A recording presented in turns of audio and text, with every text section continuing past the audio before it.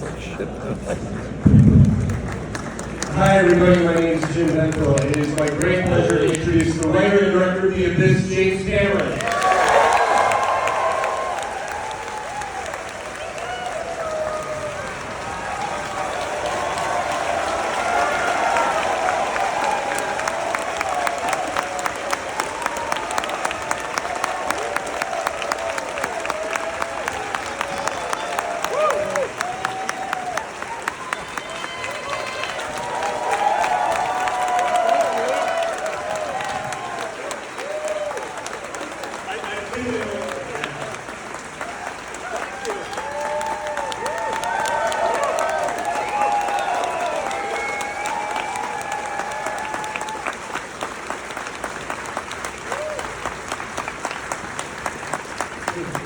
It's like what it would have been like if it actually made some money. I'm just curious, who here saw it for the first time tonight? Pretty great, right? Well, it is, what I love about this movie is you give us so many movies for the price of one. It's like a love story, it's a Cold War thriller, there's a philosophical sci-fi movie, and I'm wondering, where do you even begin writing something like this? What's the starting point for you in the writing process? Well, I think anybody that was a movie fan at that time, we're talking 34 years ago at this point, could see the DNA in other movies, from Close Encounters to, the Cold War sub-movies and that sort of thing. So I was being pulled in different directions. And obviously the one that sort of stands above the others is The Day the Earth Stood Still, right? Which was a philosophical, sci-fi film, from the late 50s that,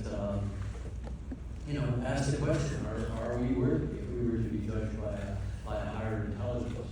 And it was at that time when people, where UFOs were sort of taking the place of angels and demons in a kind of new science fiction pantheon, and so that film had a big impact on me when I was, a kid, and I kind of wanted to do my own version of that, but set underwater, because I was fascinated by the underwater world, and by robotics, the ROVs, all that sort of thing, and it just all made sense to me at the time. That's all I can say.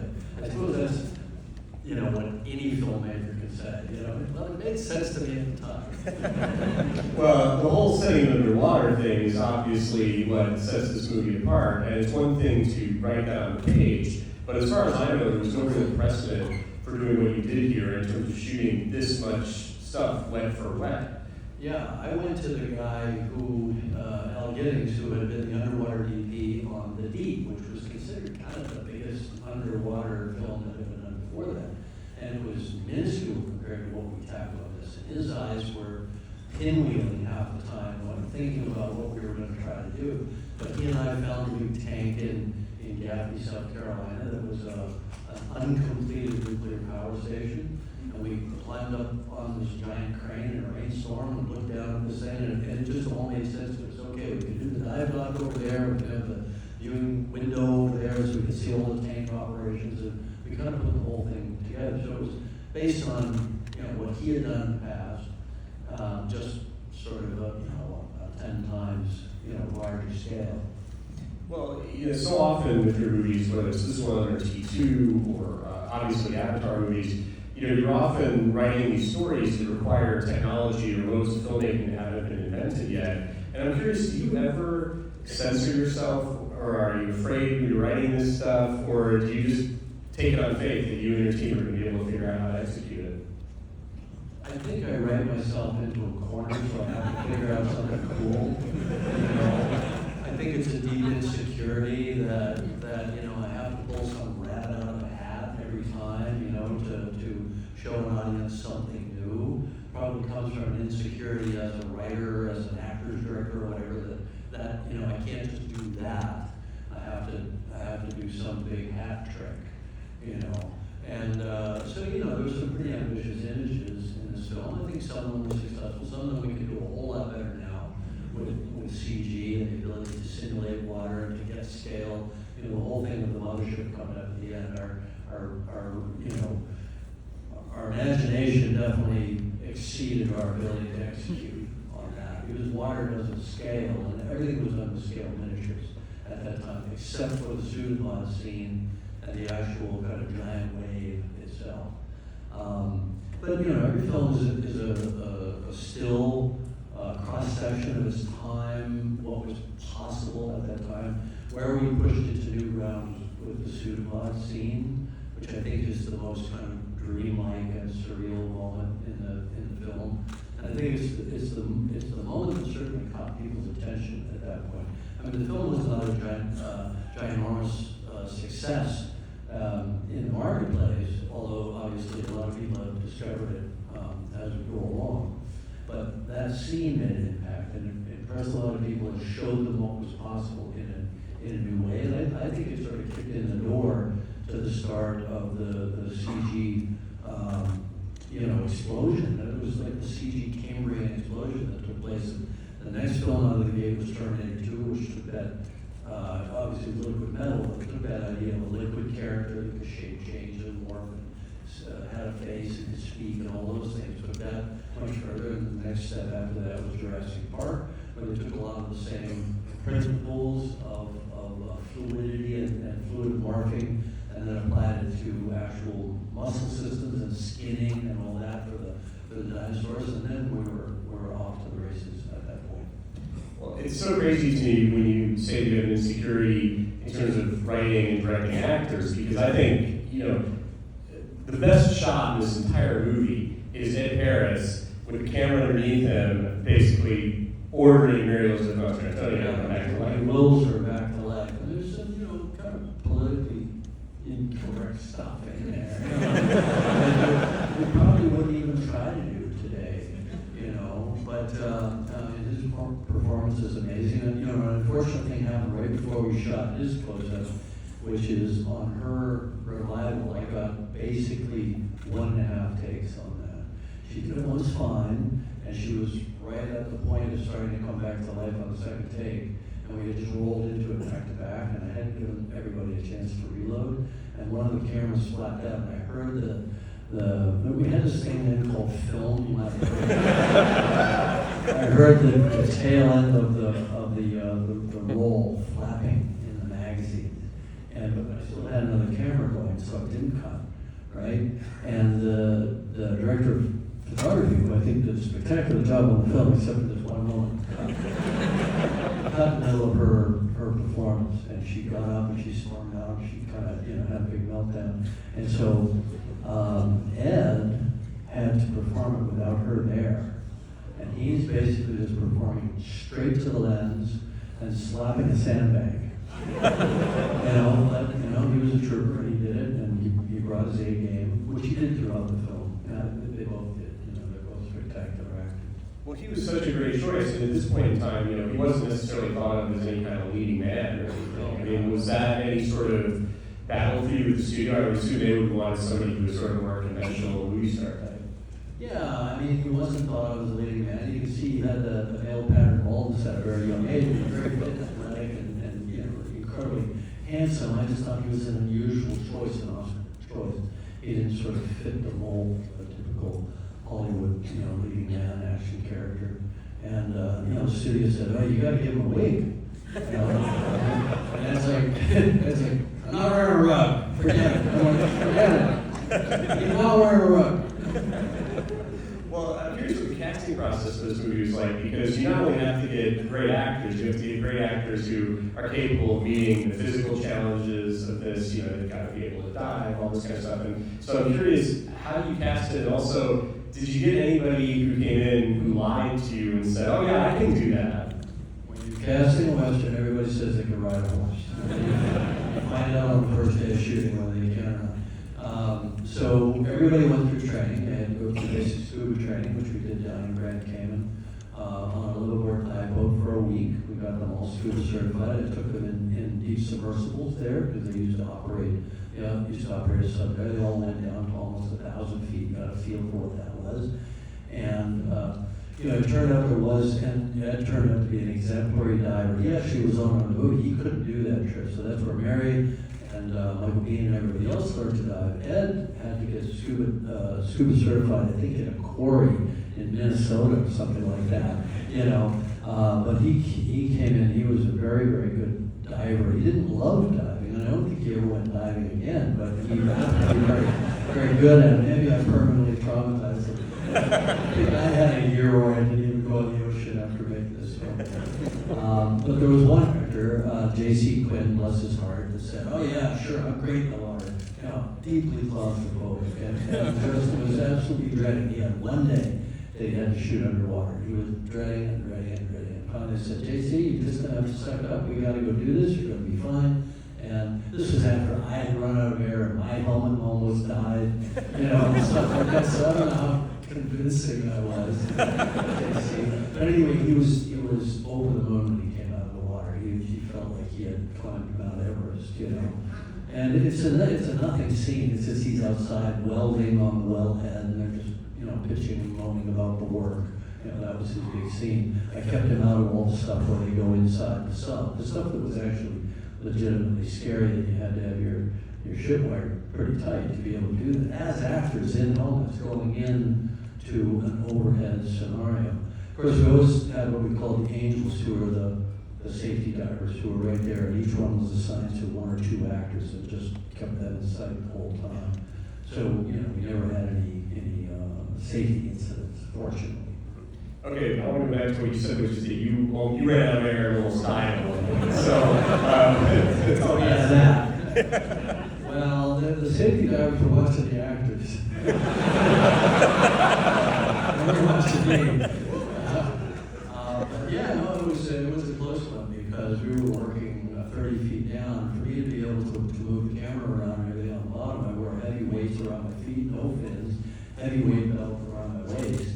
And when the regulator, like if anybody here diver, put your hand in your scuba diver. Okay, so we got quite a few here. So you know, when you get down on and the tank gets low, you get a few hard draws. You got a little bit of a warning that you're about to run out of air. Well, this thing had a piston servo regulator in it, and it was one breath and then nothing. And I'm in a helmet, heavily weighted, standing on the bottom at 33 feet. Right, in the dark, and everybody's setting lights and doing stuff. Mary Elizabeth is watching me, and I'm like, I'm trying to get Al Giddings' attention on the PA. But Al Giddings had been involved in a diving accident on the Andrea Doria, where he was rescuing a guy. This is like typical of an Al Giddings story. He was rescuing a guy, and the bell was moving up and down in the storm, and he blew up both eardrums. And the guy was down as a post. So I'm using my last breath of air on an underwater PA system going, ow, ow, ow, ow, ow. And he's working away with his back to me, you know. I'm like, ow. So I had to bail out all my gear, get all my gear off, and I'm wearing heavy weights. I can't swim up, I can't get the weights off because you can't see anything once you take the helmet off. So I'm kicking, you know, to the surface, and the safety diver gets to me about 10 feet from the surface, sticks a regulator in my mouth that he didn't check. And it had been banging around on the bottom of the tank for 3 weeks and had a big rip through the center of the diaphragm. So I purged carefully, took a deep breath of water. And then I purged it again, and I took another deep breath of water. And at that point, it was almost checkout time. And the safety divers are trained to hold you down so you don't embolize and let your lungs overexpand going up if you're holding your breath. But I knew how to, what they call blow and go, freeze, and I knew what I was doing. And he wouldn't let me go. And I had no way to tell him that his regulator wasn't working. So I punched him in the face in front of him.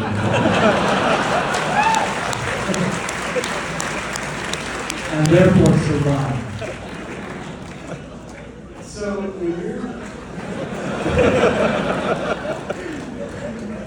you mentioned this PA system. You're I'm fascinated. The whole time I was watching this movie tonight, I was thinking, how on earth are you communicating with the actors and your crew when you're all underwater? Well, I got to talk to them, and nobody got to talk back.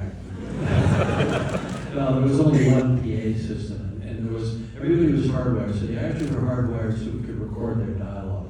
If they wanted to talk to each other, they had a way when the camera wasn't rolling of touching their helmets together, so that they could pull through their faceplates and talk to each other. But they're just killing time, you know, while we were moving lights or or whatever. But yeah, I had a big PA system kind of voice would go out in the dark. The tank was bigger than this room, this room, if you can imagine. And we didn't have a lot of really advanced lighting at the time. You know, we managed to get it lit up, but it was always pretty dark. And so it was kind of spooky, you know, but it was fun. And, you know, I tried on that stuff. And all the people who were really hardcore divers had never seen anything like it and were loving it. A really good friend of mine became a friend afterwards. Charlie Arneson did all of Ed Harris's doubling when he was diving down the wall and falling down the wall in that water suit. Of course, there was no air. So Charlie was doing essentially a 60-foot free dive in a flooded helmet with a nose clip. And if he missed an equalization, there was no way he could stop. He was just going like a rock, and he hit the bottom like Wile E. Coyote in the cloud. It was hysterical every time. Boom! And so, you know, there was kind of some serious stunt work. I didn't watch the whole film tonight, but I did come in kind of toward the end where he has this confrontation with the NTIs. I was kind of surprised at kind of, you know, how relevant it still is in terms of the nuclear threat and stuff like that.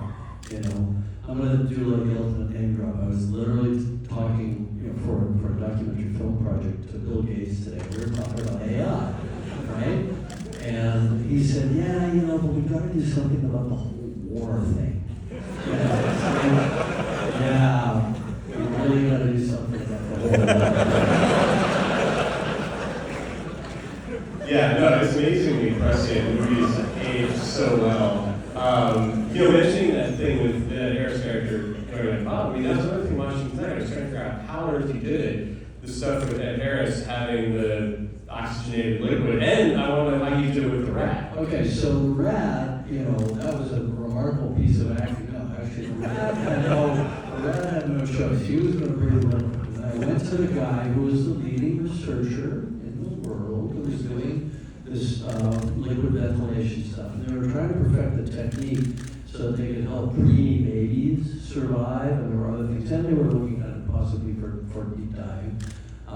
And he actually showed me how to do it with a rat and to do it safely. We did it with 5 rats, and all fine.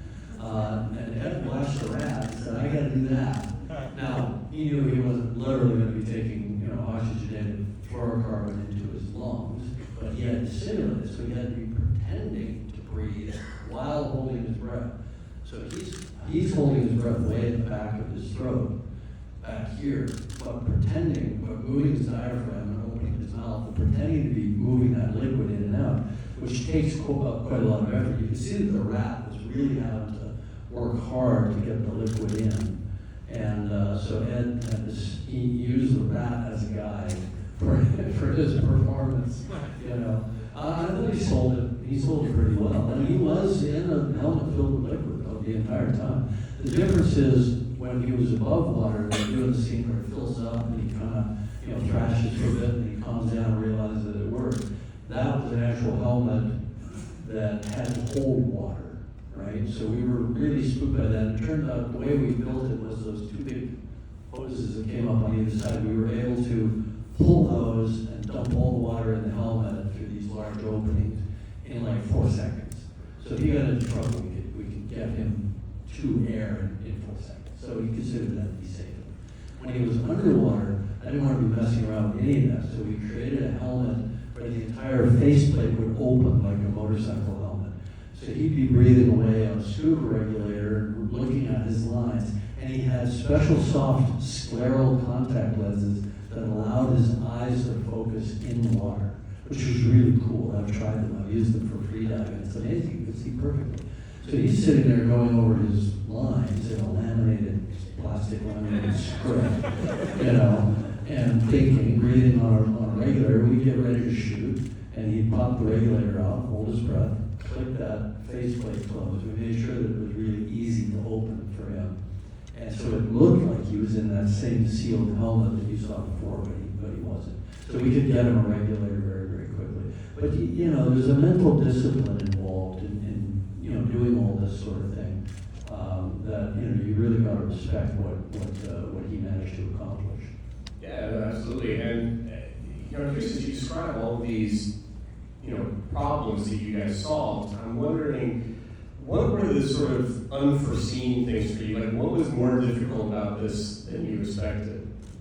Well, it was always some bad thing. I mean, we were dealing with 7 million gallons of water, and it had a tendency to sometimes just go cloudy for no apparent reason. We had all these filters and heaters and stuff outside. It was quite a major, it was almost like building a major aquarium facility from scratch, you know.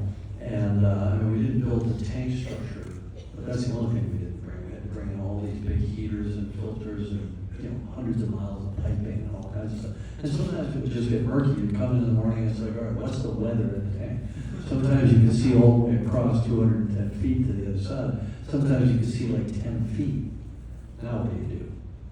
We do a scene where you only need to see 10 feet. We go inside the solid, or we do something like that. You know, you just gotta roll with it. And then the other thing that was fun was you had this big construction crane that stuck up over the top of the tank, which would occasionally get hit by lightning, and we were all right?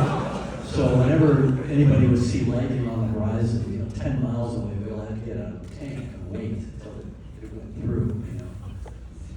Well, you know, it's amazing when you talk about all this, because the cinematography in the movie is really consistent and beautiful, actually. And that's another thing I was watching some of these camera movements are very elegant, but obviously you can't have a dolly, I wouldn't think, in this situation. So what kinds of rigs were you creating to execute this? We were able to use a crane underwater, just a normal camera crane, not one with a remote head like you'd have today, because the electronics wouldn't hold up. But we could use a camera crane, and we could swing it around, and you know, the camera operator could just sit up on the crane and just operate. So we were able to do very controlled rises and swings. My brother Mike is a very good engineer. He built a twin rotor DPD, diver propulsion vehicle called the Sea Wasp, and we could use that to fly the camera around. So, you know, sometimes you just swim the camera.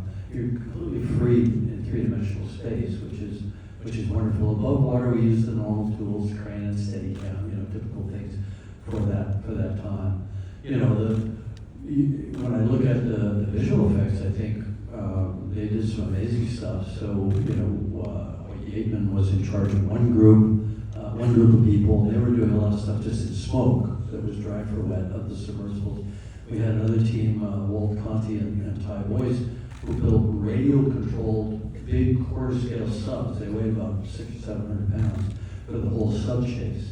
And most people tell you, well, radio frequencies don't propagate through the water. But they used some kind of low frequency, and they ran along gantries over the top of the tank to keep proximity to the subs. And they were able to drive the subs around. Every once in a while, the subs would go completely out of control and just drive through ladders and people over me operating the camera and, you know, knocked over a few times by the subs. But it all worked pretty well. Well, I read something that I wanted you to confirm, because I was kind of shocked by this. I read that The Abyss was the first movie to use multiple effects houses. And before that, everybody would just say, oh, we're going to ILM, or we're going to... Right, well, that was a panic move, because we got a bid from a big effects house. It wasn't ILM. ILM did work on the film. We got a bid from a very big effects house, and it was like double or triple our budget. And I said, all right, let's just break this up. You know, we'll break it down into smaller bite-sized pieces, because I thought it was more like a fear factor than a real number. And I think it was right on that, because we did manage to do the effects more or less on budget for about half of what that bid was, by parting it around to different houses. Very common now to break up the show and then bring the coordination of the whole effects in-house, which is what I do with John Bruno, and that's the first time I worked with John. He and I are close friends. Got to be friends over that film. He took on some of the big outdoor water work where we see the ship. He went out and they were out offshore off Seattle, I think, someplace like that, shooting in stormy conditions. And we had Fantasy 2, a company doing some of the model work of the Skotak brothers, who I had worked with at Roger Corman, and then I worked with them again on Aliens. And they came in to do the whole plane crash sequence. So we just broke it up around.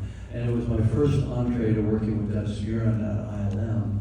And he was such a superstar, you know, wizard. I mean, he always saw what was possible next, you know. And it was Dennis that assured me that they could do the pseudopod sequence, because that had never been done. You know, I had actually written it initially that the water flowed over the ground, you know, kind of like a snake. And I thought, let's bring it up, let's have it reach in, you know. I thought that'd be cooler, well, just see if somebody can do it, you know. And we were right on that early cusp of being able to do CG for film. It was really the first soft surface CG character ever in a movie. And it was actually conventionally optically composited. We weren't even doing digital composites at that point. We did the first digital composite on Terminator 2 a couple of years later, and then the effects company that I founded, Digital Domain, was Stan Winston, then subsequently really broke down the problem of digital composite, and we moved fully into the digital world at that point, but that was a few years later. So we were right on the leading edge of a lot of these techniques that we completely take for granted these days. Yeah, absolutely. And in terms of the editorial process, I'm wondering how challenging that was, because obviously the version we watched tonight was not the theatrical release, and honestly, I like the theatrical release a lot, but I love this version so much. I'm kind of curious why this isn't the one you released at the time. Well, this was my first really big kind of mega budget movie, and you know, it wasn't kind of a slam dunk in the way Aliens was. Like, we just knew Aliens worked, right? This one, we didn't know exactly how it was going to work. And we went out and tested it, and I was unfamiliar with the testing process. I had never done it before. We didn't test the Terminator, and we didn't test Aliens. I never had to read cards and get feedback from a test audience. And in those days, you just go out and bully someplace, and you do a test audience, and it never kind of leaked out. There was no avenue for it to leak out. The first major leaks came on Titanic with Ain't It Cool News, you know, Harry Knowles, and that's the first time they started, you know, leaking information from test screenings, you know, it was a big thing. But this was still in where you thought you could sort of go out someplace and have like a little laboratory and get some market research. And I didn't know how to read the cards, I didn't know how to interpret the data. The studio wasn't terribly helpful, I have to say. Well, we went out and we actually screened it twice. Once with the wave sequence in and once with it out. Because the wave sequence wasn't done. It was just a bunch of storyboards. And you can't ask a non-professional cinema audience to watch a movie where all of a sudden it just comes to drawings. You know, they don't know how to process it. So, you know, of course the cards were bad for the wave sequence and the cards were bad for the non-wave sequence. So we kind of went, well, at least it's shorter without the wave.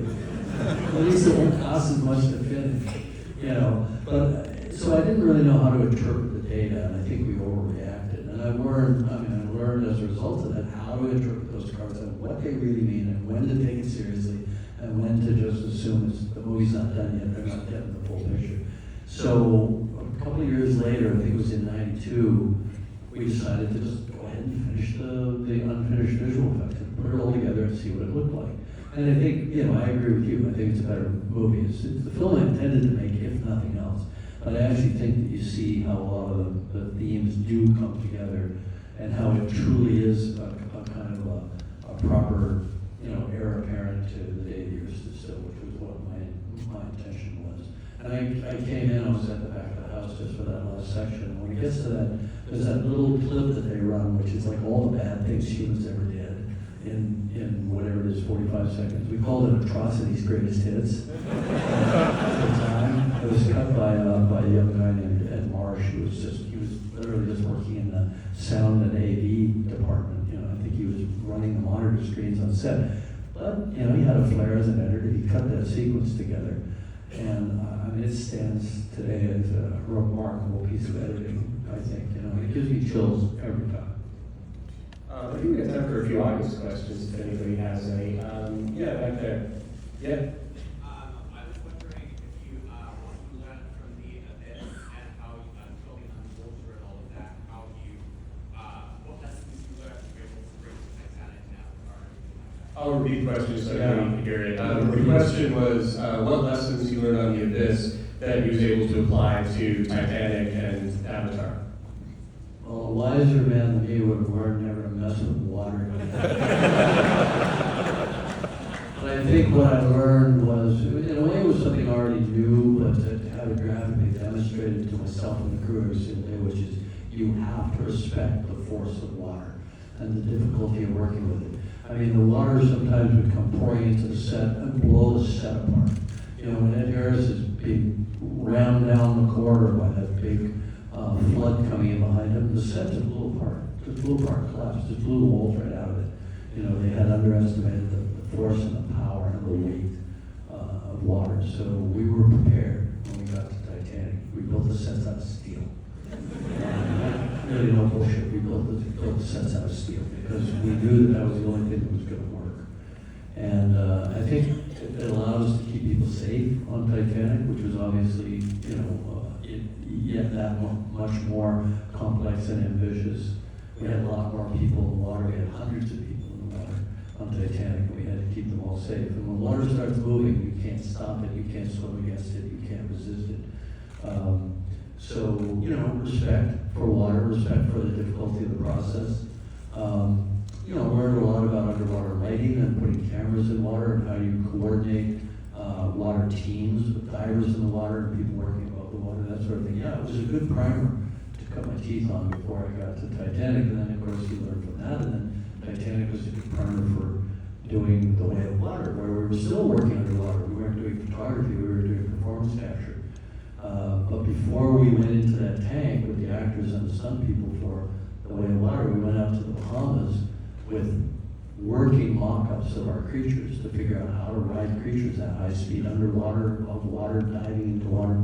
We had a vehicle that was meant to be a skim wing. I know I'm digressing, but these are the things you learn.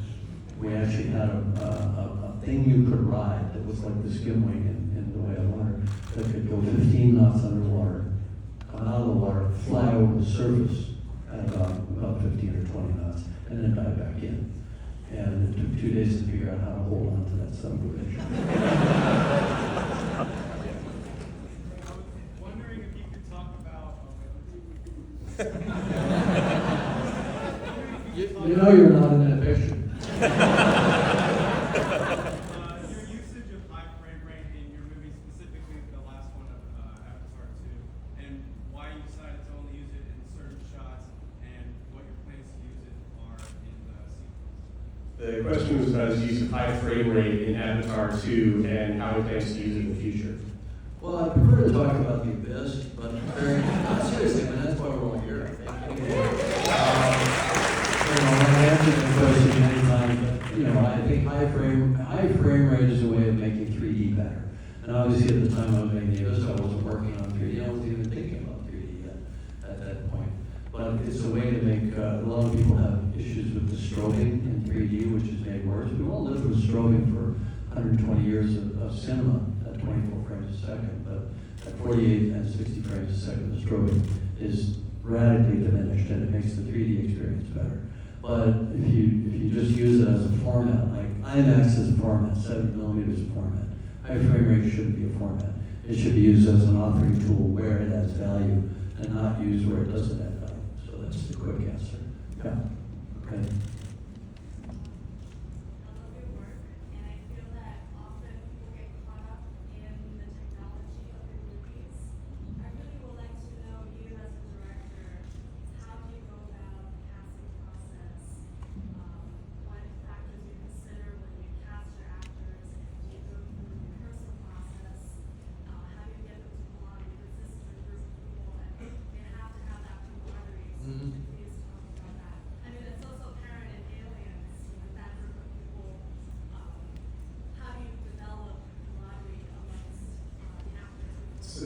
So the question was about, you know, he's got these great ensembles in The Abyss and Aliens, and what the casting and rehearsal process is like, and how you develop that camaraderie with the actors.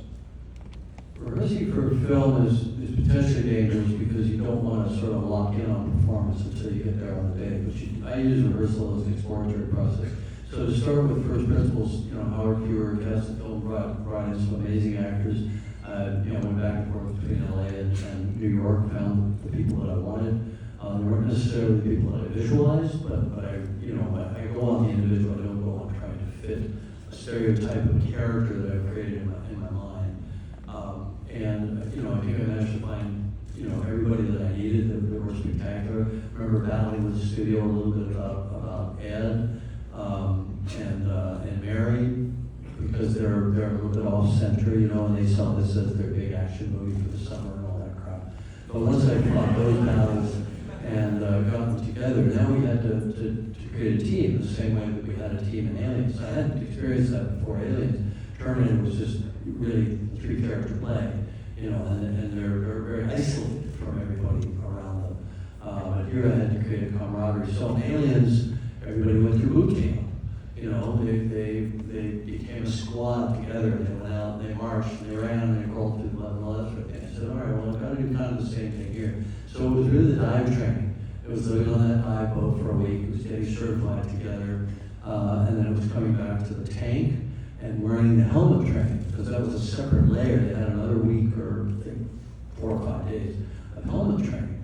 And I remember them dancing and doing flips and doing conga lines and all sorts of things together. They really enjoyed the process of learning to be with each other underwater, because they're supposed to be professionals by the time you get to them. There are no newbies in the whole thing. Everybody's supposed to be pretty seasoned, so our actors had to be able to sell that. So they had to get past survival to actually acting, and sort of from fear to performance. And so we made sure that we sort of got that out of the way early. We did a lot of the dive work up front so that they could stay in a continuum of that. And then all the above water stuff was done second.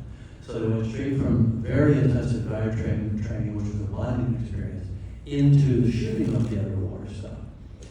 They actually had to act to create the animosity, because the SEAL team and the riggers all sort of bonded with each other, so they had to remember to act that they didn't like each other. You know, they were suspicious and all that.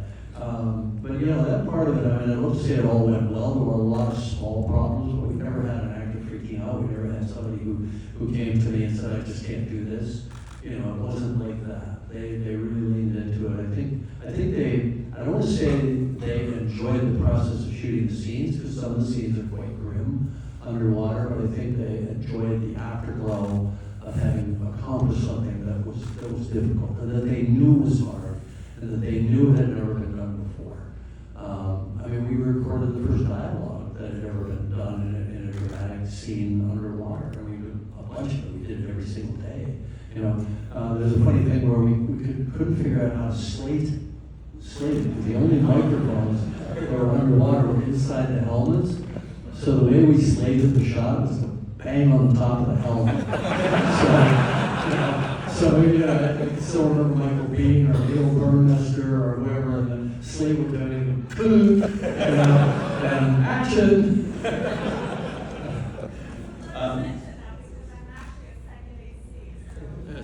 So you know what I'm talking about, yeah.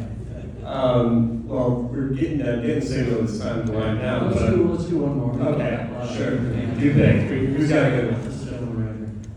I was curious, just with the film still looks incredible, and I was kind of curious if that list of 4K of if it's going to come out soon, because it looks this spread is incredible. Great question. We're all wondering, when is the 4K of the Abyss coming out?